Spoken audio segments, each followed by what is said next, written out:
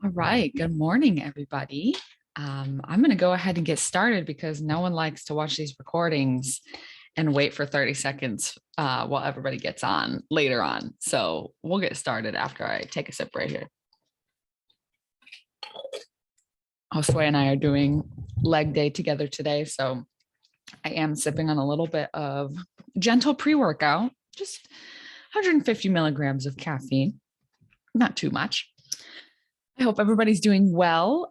This is the training Q&A for this month. I'm really excited about this one. The nutrition one was really cool last time. I got good questions, and I think it was really helpful that people got the recording after the fact. So today, we'll be focusing more so on training related questions, which I'm biased. Those are my favorite types of questions because we get to totally nerd out and talk about one of my favorite subjects ever, which is basically the human body and how do we optimize our performance.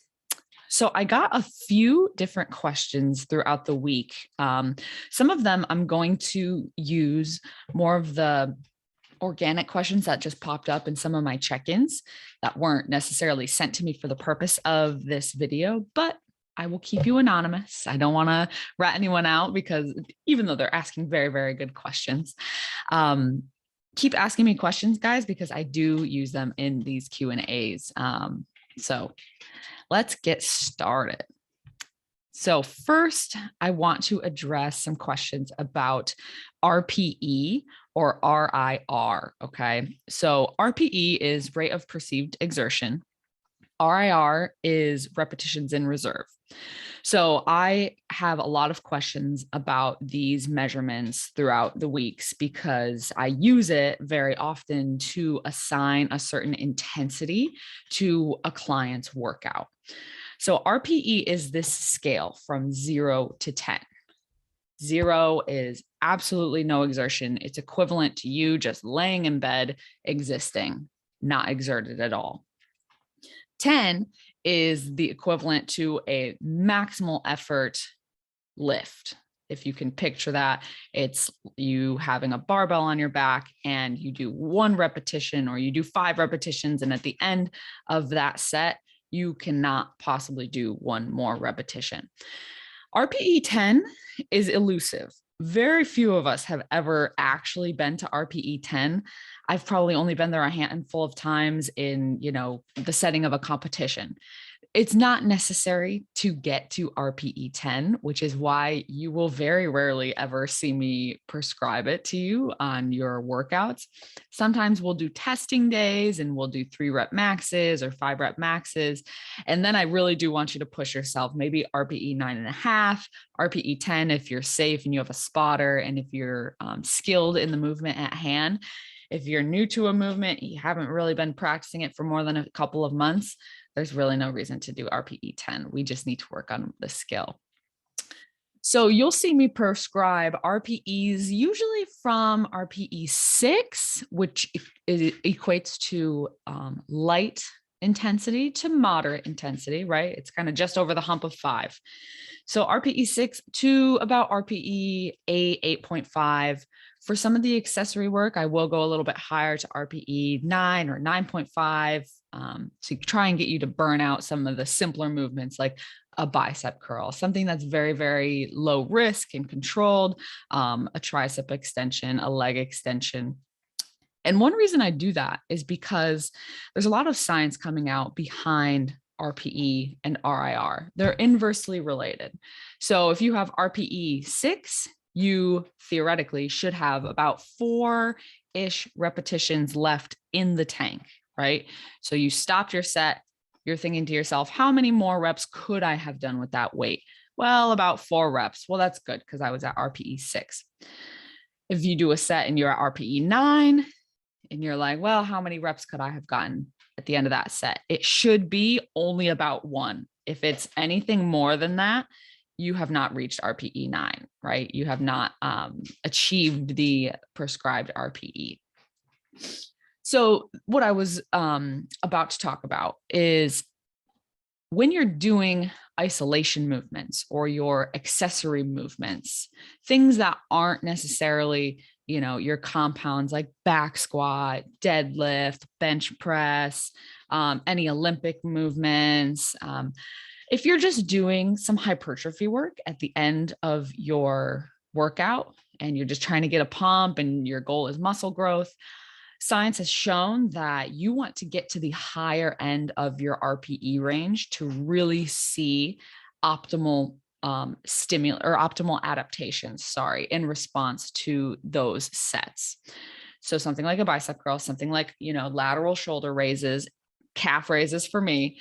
If you're really looking to stimulate muscle growth and you are doing an accessory isolation exercise, a single joint exercise, then you really do want to get to the higher end of that RPE. You want to get to RPE 9. You want to maybe even burn it out a couple times a month, not necessarily every single time you work it. But that has been shown to be an important factor to get the most out of those types of exercises. Now, when it comes to more full body exercises, heavier work, more compound work where there are multiple joints involved, you've got a barbell involved, it's really heavy and challenging, then you're going to see results because that is such a shock to the system to be able to move this barbell by organizing the body in so many different ways. You can see results in terms of strength and hypertrophy by sticking to RPE greater than 5. Within 5 to 9, it's been shown that those ranges are anywhere in between those ranges is sufficient to get those adaptations. So as long as we're getting greater than RPE 5, which most of you are, RPE 5 is just kind of like doing a set and having every rep look exactly the same, no change in velocity. Same with RPE 6, really no change in velocity, but it might feel a little bit heavier. RPE 7 is the bar is starting to slow down on those last few reps, but it's not hitting a sticking point. You're not getting stuck underneath it. It's just a little bit slower on that last rep. RPE 8 is even slower. So maybe the last few reps get slow, but it's not as slow as a 7. It's slower than a 7. It's not as fast as a 7. Maybe there's a mini sticking point somewhere in there, but you can easily and quickly get through it. RPE 9, there's going to be a big sticking point where you're like, okay, maybe I'll get this up. You're hoping, you're praying that you can get out of the hole, and you do. And you can do at least one rep like that again, if you were to try. RPE 10, we know that you're going to hit that sticking point. It's going to be all out, and you're not going to be able to get that extra rep afterward. Okay. So that's why you'll see me prescribing somewhere between RPE 6 and 7 if you're just starting out on a program, just to kind of get the skill of the lift down, not necessarily breaking your body down too much and running you into the ground. Maybe we're working it multiple times a week, so we really don't want to go all out all that often. As your program progresses, I'll kind of push you a little bit. I'll say, okay, let's go for more of like a 7 to 8 today, where you're getting a little bit of decreased velocity in that barbell. It's getting really hard, but you're able to do it and you feel good the next day. So our RPE is going to determine your intensity, and that will change throughout your program. So that's just a little bit of rationale as to why I prescribe certain RPEs for certain movements and at certain times of your program. And the reason why I like using RPE and RIR, a lot of other programs will use percentages of your 1 rep max. I don't necessarily like that because I don't want to test everybody's 1 rep max right off the bat. A few people know what their 1 rep maxes are or have an idea of what they are. Sometimes people will extrapolate and look at a chart and be like, okay, well, I can do this much for 3 reps, so my 1 rep max must be this. And then they base their percentages off of that 1 rep max value, which is probably not so accurate because so many factors can go into your raw strength for a 1 rep max test, depending on, your readiness, your environment, who's around you. Flukes happen all the time. So that is just such a quantitative measure of intensity, which it does work. It's been shown to be very effective. But RPE and RIR using the combination to kind of inform one or the other, that's also been shown to be just as effective as a very specific quantitative measure of intensity, like percentage-based loading.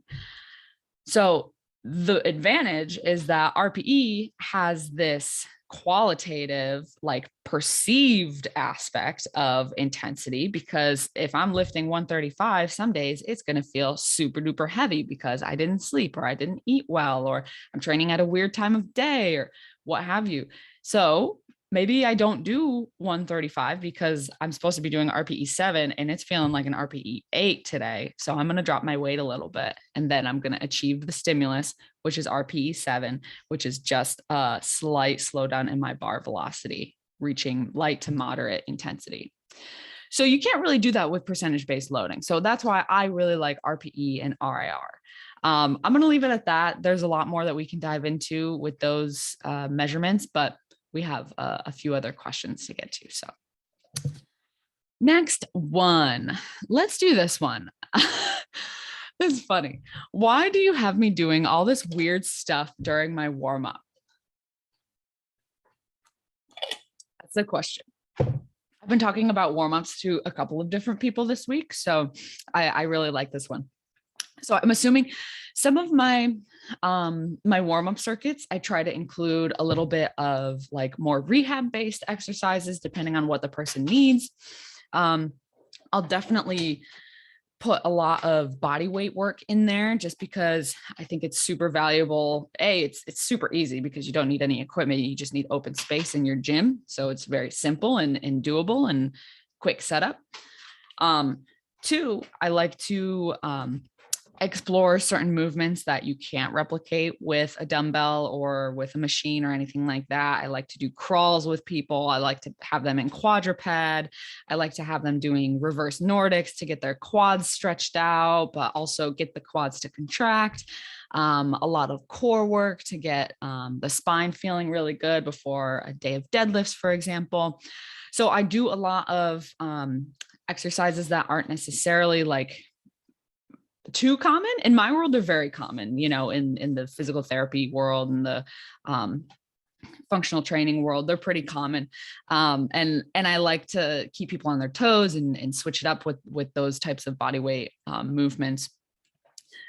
Probably the weirdest things are anything to do with like hip cars or 90-90 hip flips to like a hip extension. Those can be really, really tough, but I do recommend them for certain people for certain reasons. And we're actually going to address another question later on about that. So for your warm-up, you need a couple of mandatory ingredients to have a good, effective warm-up. Benefits of having a good warm-up. In terms of like injury prevention, I'm not totally sold on that. There are some studies showing that like, okay, when soccer players or basketball players have a more effective warm-up or a more complete warm-up or focus on certain neuromuscular control drills during their warm-up, they do see fewer instances of like ankle sprains. So there might be a prevention layer there to your warm-up, but in my eyes, it's just the goal of a warm-up is to prepare the body for the demands that we're about to place on it for performance sake, so that we can do it to the best of our ability, so that we can do it comfortably, so that we can get our mind right as well before our workout. I think warm-ups, a big part of it is mental and psychological and just feeling ready for the task at hand and getting in the zone and focused. So a couple of ingredients that you need. You've got to get your heart rate up, right? Usually I'll start someone out on a 3 to 5 minute cardio bout on a piece of cardio of their choice, right? So I like to do this. I've done it my whole life. I recently had my eyes opened by another trainer. His name's Jordan Shallow, and he said, you know, well, you don't really need the cardio equipment part of it. And I was like, yeah, you really don't need it, because even though that's a great opportunity to get in the zone, to kind of scope out the gym, see what's available, see how crowded it is, wrap everything up on your phone so that you're not distracted during the actual workout. And again, that mental aspect of like, all right, I'm here in the gym, and you're getting your heart rate up over the course of 3 to 5 minutes. So it's not completely useless, but I would encourage people to view that as optional, because if the goal is to get your heart rate up, you're going to get your heart rate up in the actual warm-up circuit, the body weight stuff that I have you doing afterward, or using lightweight, that is going to achieve that part of your warm-up. So I would say the cardio aspect of your warm-up, a lot of people only do the cardio aspect of your warm-up. Not my clients. My clients are great, but a lot of people in the gym, just, average gym goers, will go in, walk on the treadmill, and then they'll go back squat for like RPE 9. And I'm just, all right, your body is not ready to receive this load on your back, so we do need to get the heart rate up, but they're also, I think, the more important aspect, if there is a more important aspect, I would say equally important. Don't forget that I said that. The equally important aspect is being able to access the positions that you're going to be replicating in your actual workout. So if you're doing squats, you want to make sure that your body is prepared for a squatting pattern, right? So for some people, maybe that means loosening up their hips a little bit. So we do 90-90s, we're doing hip flips, we're trying to get some adductor rocks so that we can open a little bit more. We're working at the ankles to make sure our knee can go over our toe a little bit more comfortably. And then we're warming up the core so that it's ready to brace and create some intra-abdominal pressure, right? That's just an example. So for bench press, I want to make sure that my back is nice and warmed up, because a big bench depends on a big, strong back, basically. So you want to make sure all of those big muscles are ready, maybe warm up the lats a little bit with some rows, maybe do a little bit of pull-ups, some rear flies. And then I need to make sure that my shoulder muscles, right, all of my shoulder stabilizers in the front and stabilizing the scapula in the back, I need to make sure those are on point. So I'm doing a lot of high plank, closed chain movements. I'm doing a lot of maybe some side plank rotations to get the rotator cuff muscles ready. Maybe I'm doing some carries, a lot of that stuff. There is a rhyme and a reason to all the weird things that I'm making you do during your warm-up. So hopefully that clears things up a little bit. I do want to address a really good question that I got in this same vein. I started coaching some CrossFit classes throughout the week to help out my local CrossFit box. And I love it. It's been a blast, but you can imagine me being able to instill all of my weird warm-ups for the members when they're used to typically just a lot of static stretching before the workout, right? So in a lot of the classes that I've taken there, the coaches kind of have us do a little bit of that cardio warm up, 3 to 5 minutes, like I described. And then we'll do like a full body static stretch. And while it feels good, it definitely helps a lot of the members feel confident in those positions like squats, but it's very passive, right? Static stretching is just a very passive activity rather than, for example, it's the difference between doing like a prayer squat and just holding and pushing your knees out with your elbows, and doing a very, very deep goblet squat with pauses at the bottom, with slow tempo, using lightweight, right? Because you're still preparing for the workout and your body might not be ready to go super heavy yet. But to me, that makes more sense. And this is why. Static stretching, even though it feels really, really good, there's nothing wrong with doing it. It's not bad. You're not a bad person if you static stretch. You're not a bad person if you go to yoga. I love yoga so much, and it's much more active than many people give it credit. It's not just passive stretching the whole time. You are actively working to get into those positions. But studies have shown that static stretching, when done before a strength and power workout, static stretching will reduce the amount of force that the person can produce. Okay. So think about it. You're taking a muscle and you're stretching it and you're holding it for 30 seconds to a minute. Maybe I'm doing a bicep stretch like this, right? I'm holding that bicep for 30 seconds to a minute. I'm breathing deeply. It's painful, but then it kind of loosens up and it feels better. Basically what you're doing when you do that, you're sending a signal to some of the parts of the muscle. I believe it's the Golgi tendon organ that has something to do with that. I might have to I don't want to butcher it. So I'll look that up and maybe send you guys some clarification. But basically that organ, maybe it's muscle spindle. Yeah, that sounds better. Muscle spindle or GTO. They sense that stretch and they tell the muscle to relax, because those organs, those aspects of our muscles, their job is to regulate the tone of the muscle or the perceived tightness of the muscle. So if they detect that there's like a quick stretch coming and I'm getting ready to, let's say I'm getting ready to sprint or getting ready to jump, they'll be very, very sensitive and they'll help me contract my muscles very, very quickly in response to that change in tension. But the change in tension that happens with static stretching is I'm taking one end of the muscle and the other end and I'm stretching it slowly. So those aspects of my muscle, the GTO or the muscle spindle, I'll clarify for you later. It's going to tell the muscle, okay, we're not in danger right now. We're not being asked to contract right now. We're just going to relax and let this happen. And we're going to decrease our tone and decrease our excitability. So if I'm doing a heavy back squat or I'm doing box jumps in the WOD, am I really going to want to do a ton of static stretching to my quads or to my calves, those muscles that are really going to have to like fire really quickly to get me up on that box rep after rep? Or maybe we're doing a heavy back squat that day. Do I really want to tell those muscles to relax?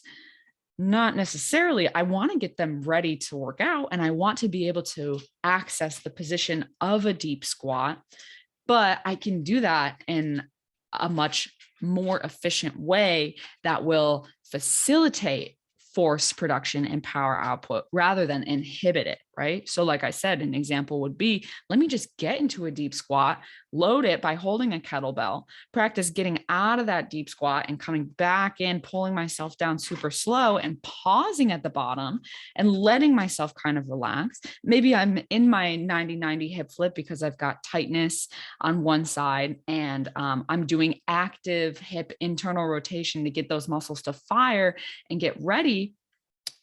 Now, some people might say like, well, that's a little hoo-ha. That's not going to be as effective, but it really, really is. This paper came out recently that compared static stretching with full range of motion strengthening. And both modalities were proven to increase range of motion significantly, similarly across both groups. So if your goal is to increase your range of motion, you can do either static stretching or loaded full range strengthening, right? So that would look like I said, a squat all the way to the bottom. It would be a dumbbell bench press with full range of motion all the way back and all the way forward. It would be full range of motion, pull-ups to hang at the bottom and then pull yourself up to get those arms overhead, get that range overhead. It would be full length RDLs, getting all the way to the ground, but having that load and making the muscle contract through the full range. That has been shown to be just as effective as stretching when it comes to sustainable improvements in range of motion. Okay. The difference is only one of those things is going to help you mitigate injury risk, and it ain't static stretching. So that's kind of a misconception. People have been looking at static stretching as, oh, well, I think I'm getting hurt more because I'm not stretching enough. Or I think I got hurt in that workout because I didn't stretch beforehand. And that's very unlikely to be the case. First of all, you can't point at one thing and be like, oh, that's why I got injured. That's just, it doesn't happen. Injuries are so multifactorial. And stretching has not been shown to reduce risk of injury. Strengthening, however, has been shown to reduce risk of injury, right? And that makes sense because we're not just taking the muscle to the end range passively. We're asking the muscle to actively get to the end range, get control there, and then contract through that full range. So the muscle is getting used to being active in these positions that are, a wide variety of our range of motion. So I hope that is a little bit convincing. I had this whole conversation with 2 people from the CrossFit gym. So I thank them for their question, because they were like, I kind of like all the static stretching. And I was like, look, we're going to do my warm-ups, but I will give you 2 minutes before the workout to do whatever feels good for you. If you really miss your static stretching, I'm not going to make someone, I'm not a totalitarian. I'm not going to make people just follow my workout, no questions asked. But one thing we're implementing as well is a cool down, because a lot of different classes, you'll just do the WOD and then you'll walk out and your heart rate's like at 200 beats per minute and you're sweating and you're, it's an evening class, and then you go to bed and you're just like this in bed, not able to go to sleep because your nervous system is all heightened from the intense workout. So that's my spiel on workouts, man. I think I have time for a couple more questions. I'm really ranting this week. I'm super sorry. So I've got a couple more good ones. Let's talk about, since we're talking about injuries, this is a question that I get all the time. So how do I prevent an injury? Like I alluded to a couple minutes ago, there's really no way to completely 100% prevent injury. For lack of a better term, shit just happens a lot of times. We can be sleeping our best, we can be eating our best, we can be training our best. And then for whatever reason, at no fault to the athlete, at no fault to the coach, injuries just tend to happen. We can stack the deck in our favor for sure by doing things like full range strengthening, by doing things like making sure our lifestyle habits are on point, like the sleep, like the food, like the stress management. In my eyes, all injuries come down to load management. So anytime an injury happens, it's because the tissues weren't ready or weren't prepared to handle the load that was imposed upon them. So if my hamstring, if I feel my hamstring pop when I'm sprinting, it's probably because I haven't sprinted in 3 years. It's because the load of my hamstring, the load placed on my hamstring was something that my hamstring just wasn't ready for. It hadn't adapted to that load. Right. I work my hamstrings all the time, but do I work them in a way where they need to rapidly contract at a lengthened range of motion, like in sprinting? Absolutely not. So on the same key, on the same token, at the same time, I would use that concept of load management to get myself back from that injury as well. Yeah. To me, it's very, very simple. If something hurts, I'm going to modify it and I'm going to adjust the load placed on it. Once it starts to feel better, I'm going to place more load on it because I want it to facilitate certain adaptations, and load is the best thing to facilitate the adaptations needed for rehab. But yeah, the original question was, can we really prevent injuries? And the answer is unfortunately not. And anybody who claims to prevent injuries with their program or their product or whatever, they're just full of it, because injuries are so multifactorial. It depends on so many things. So try not to fall for those claims. Do I need a deload? I like this question. I have a graphic that I can show you. So deload weeks. Over the course of my training career, I have had some different thoughts about deloads. I think I went from thinking that deloads were completely unnecessary to thinking that we need them every 4 weeks, to thinking that, okay, they're probably not necessary that often. Every 4 weeks is pretty dang often. So let me find this page that I'm looking for. Let's see. So basically there's a matrix of or like an algorithm, I should say. There's a little algorithm that you can go through to determine if you need a deload. And I like that approach a lot better because it's very subjective to what you need and what you are feeling. You need a deload when you start to see no progress, when things start to plateau, when things are starting to feel a little bit harder than usual, when, you know, maybe there are some aches and pains that are going on. I wish I could find this. I'm still gonna look. So when things need a little bit of a revamp, that's when you want to do your deload week. Okay. Okay. Yes, I found it. Okay. It's part of a screenshot. So pardon me. I'm going to share my screen. Sure. All right. So apologies for this, but this flow chart is from Eric Helms, and where did it go? Where's my flow chart? Oh man. Please hold, please hold. I don't want you guys seeing my private Slack channel. Let's do muscle strength pyramid. 87. There it is. Page 87. 87. Here we go. Thank you for your patience. Sharing. All right. So this is from Eric Helms's ebook, The Muscle and Strength Pyramid. Very, very good ebook. Eric Helms is super smart and speaks so clearly, and he's one of my heroes. So when you're unsure about how to progress, this is the algorithm that I kind of use to inform some clients who are wondering if it's time for a deload.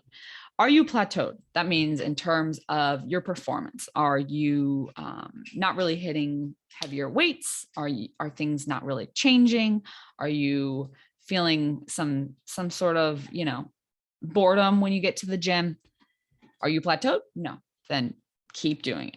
Keep doing what you're doing. Keep loading the weights. Try and keep pushing your limits. That's the most important part. If someone isn't plateaued and I decide to go down this right side of the flow chart, I'm kind of shortchanging them, right? If they're still on an upward trajectory and then I forcibly halt them when really there's no warranted reason for doing that, then I'm kind of shortchanging them. And I might be, you know, we might have had a PR on the way, and instead we just kind of, due to the principle of deload every 4 to 6 weeks, we thought, oh well, we better deload because we don't want to get injured. But there are so many other signs that you can use to inform that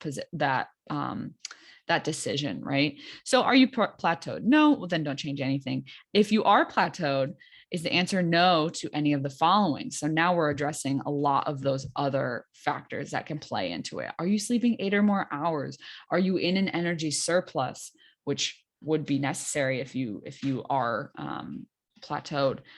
Is your protein intake sufficient? Are you over or underestimating the RPE, right? Are you actually hitting that stimulus that we need from RPE standpoint? Are you training your muscles and your lifts a minimum 2 times per week? Maybe you need to up the frequency. Is your technique solid? Is the answer no to any of the following? Yes. So if any of these are answered no, then you'll want to address that specific factor, right? If you say, well, I'm not sleeping 8 hours, it's like, okay, let's try and sleep 8 hours, and then we will get back to training, right? Let's take a deload week, fix our sleep, and then get back to training. If you still answer no to all the following, and that is these are all in check, then we go on to ask some other questions, some more like mental and emotional sides of needing a deload. Are you dreading the gym? Is your sleep quality just like super bad compared to usually. Are your load and reps actually decreasing? Your life stress is more than usual? Are you having family troubles? Are you having stress at work? Aches and pains are feeling worse than normal? Your body's just overall sensitive and on a little bit of overdrive when it comes to stress. So that's kind of no to all or all but one question. Then you're probably recovering okay. Because a lot of these, we don't want to just say that one of them warrants a deload, but maybe a combination of a couple of them could add up in a way that is not very optimal, right? So if you say yes to two or more of these questions, you're likely not recovering the best, right? So then you're going to temporarily reduce your volume and take a light week. So that's your deload. If that improves performance, then great. If you quickly fatigue again and stall, then that probably means you need more than just a deload, but consider doing less volume or organizing it differently to manage your fatigue. That comes down to managing stress and fatigue. And that's what a coach would help you with. Now, if you said no to all, you are probably recovering okay. And actually, what might be necessary is an increase in your volume, right? Maybe we need to push you a little bit more to get through that plateau rather than pull back. Maybe we need to add an extra set, or maybe we need to add some more reps or add some more weight to get that volume up. So the answer is not always, oh, I should just deload because I'm not feeling too good and my numbers aren't changing and, all of these factors. If everything lines up and you seem to be recovering okay from those questions, based on those questions, if it seems like your recovery is okay and it seems like, and it seems like everything checks out, but you're still not really seeing much progress, well, then let's push it. That's the only way to really break through a plateau, right? Because if you deload, you're going to have to kind of get back to where you were and then break through your plateau, right? So yeah, I really like that flow chart, and I can send it to you guys on the email because it took me so freaking damn long to find. Anyways, okay, this is getting a little bit long. Okay, last question, I promise. I really want to talk about glutes and glute training. I was talking to a client about how she tends to only feel or to feel much more strongly a contraction in her right glute than her left glute, which is very common. A lot of times we have these asymmetries where it's like, I am so connected to this muscle on this side, but then when I try and do the same exercise on the other side, like I don't feel it at all. It just feels like I'm going through the motion and the muscle isn't necessarily really contracting. So we talked a lot about glute biomechanics, and you'll see, if you go on Instagram, you'll see all of the exercises for glutes are things like hip thrusts or things like frog pumps or things where the foot is angled outward and we're in a really wide stance, like a sumo deadlift, right? So it's this hip externally rotated and abducted movement a lot of times with some extension, like in the hip thrust, you're bringing your hips up into the barbell toward the ceiling. What you actually want to do is what's required for full glute contraction is hip extension. So going straight backwards with your leg, right? Or straight up with your hips, like in a hip extension, like a hip thrust, excuse me.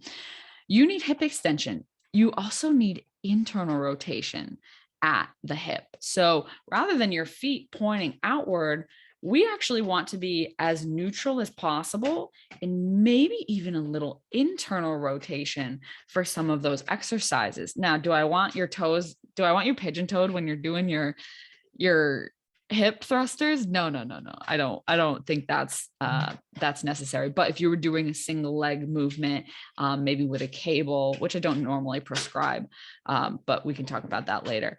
If I am doing a squat, if I'm doing a 45-degree hip extension on the back extension apparatus, I'm going to want my feet to be parallel. So my toes are pointing forward because that's going to give me relative hip internal rotation when I go to extend my hip and raise myself up. So it's kind of like it's a misconception that in order to feel your glutes or to work your glutes more, just take a wider squat stance and turn your toes out, and then you'll feel the glute more. A deep squat is the best way to get a strong glute contraction and to load the glutes the most. So if you're hitting a deep squat, that's perfect. I would try and get your toes forward if you can, but if you need to turn your toes out more so to get deeper, that's the goal there. If you're doing, like I said, the 45-degree hip extension, I want feet parallel and a little bit of posterior pelvic tilt, meaning like tuck your tail and try and reduce the arch in your lower back. That is going to give you also that relative internal rotation at the hip by also not relying too much on the hamstrings. So let's say I should share my screen for this. Let's say I was on the hip extension, right? And I was just kind of arching my back and dumping my hips forward into an anterior pelvic tilt. Now, is that useless? No, but it's going to be a lot more hamstring involvement than glute involvement. And why am I doing this exercise? Most of the time, it's because I want you guys to feel it in your glutes. So let me share my screen really quick. I'm going to show you guys a couple of examples here. So if you look right on the right side, this guy, he's got a little bit of a dip in his lower back, right? Not dangerous at all. I don't want to demonize any particular type of movement. It's just the rationale behind the movement that needs to be sound, right? I want you guys to move in whatever ways that you can. But if we're doing this for glutes, this is technically incorrect, right? It's not bad. It's just incorrect. And we might not see the results that we want, right? So it's my job to inform this person. So this excessive lumbar extension at the top tells me that he's a little bit more anteriorly rotated at his hip, probably. And therefore, he's probably relying on his hamstrings a little bit more because that's going to advantage where the hamstrings insert on the ischial tuberosity up here on the pelvis. That's going to put a little bit more stretch through the hamstrings and make them work more. Now, if I ask this guy to tuck his tail a little bit more and posteriorly, this is almost a good one, almost. And posteriorly pelvic tilt, look how he's coming up, not necessarily all the way. He's got good thoracic flexion right here. Still a little bit of an arch here, but I can tell he's trying his best to send his tailbone down and underneath. That's the posterior pelvic tilt, right? So by doing that, he's actually putting a little bit more stretch through the glutes and biasing the glutes more in this movement because both the glutes and the hamstrings will extend the hip.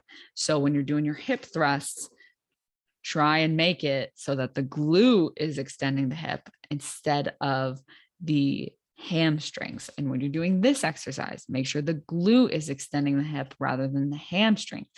Now, we talk about rationale all the time. So if I'm working with someone who, maybe they tend to have a little bit of lower back stiffness from time to time or achiness from time to time, they want to work their glutes for both aesthetic reasons, for strength reasons. I want stronger glutes so that they can support their back more. So if they're doing this exercise, I'm going to tell them to tuck their pelvis under and try and minimize that lumbar extension, that arching. Let's see if I can find another one. I might have to search glute bias. Yikes, like this guy. Oh my goodness. But let's say if someone was rehabbing their hamstring, then what am I going to have them do? I'm going to have them maybe bias their hamstrings a little bit more. Maybe I don't mind that they're a little bit anteriorly pelvic tilted. Maybe I have them do one leg at a time so that they can feel it in that hamstring that they're rehabbing and we're gradually increasing the load. Now, I'd probably just want to do an RDL with them, but we can only, RDL so much, and maybe grip strength is a limiter. Maybe the RDL, the skill just isn't there just yet, and we're still working on that. We can use this machine to really load the hamstrings in a different way.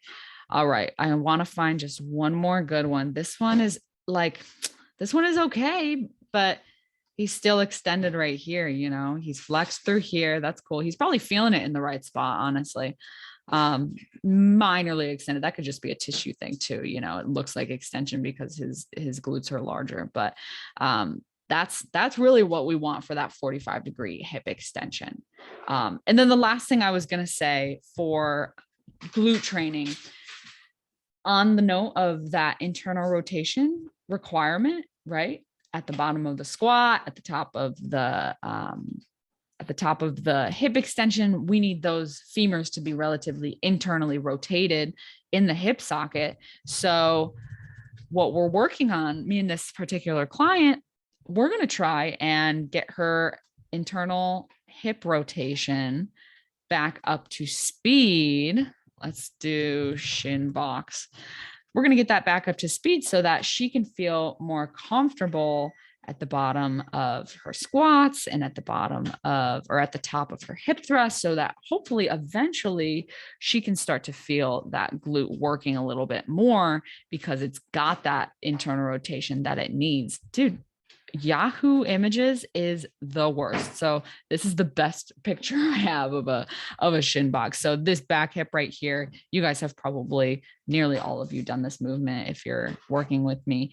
This back leg right here is an internal rotation. And if you flip to the other side, you can kind of compare how your hips feel when they're internally rotated. It's normal to have one side that is tighter than the other, I will say. But if we don't have access to that internal rotation, whether it's passively or actively, if we don't have that in our repertoire, our glutes are going to be like, I'm not really moving throughout my full range of motion or getting into the right position that I need to be to fully contract and have my most advantageous leverage. So that's why, in order to feel your glutes, you're probably going to need a little bit of internal rotation at the hip. I hope that wasn't too sciencey and boring, but hopefully you guys can fast forward through if anything is, way too over your head. I tried to keep it pretty understandable, but let me know if you have any questions at all. I'm happy to explain all of those things. And I will stop it there. I won't take up any more of your time. Let me know if you guys have any questions about anything that we talked about today. I'm excited to see everybody next time we do this. I don't know when it will be. We'll probably flip-flop between nutrition and training just so that we can cover everything. And reach out if you need anything at all. I'll upload this to YouTube and you will have it forever. Thanks, guys. I will see you next time.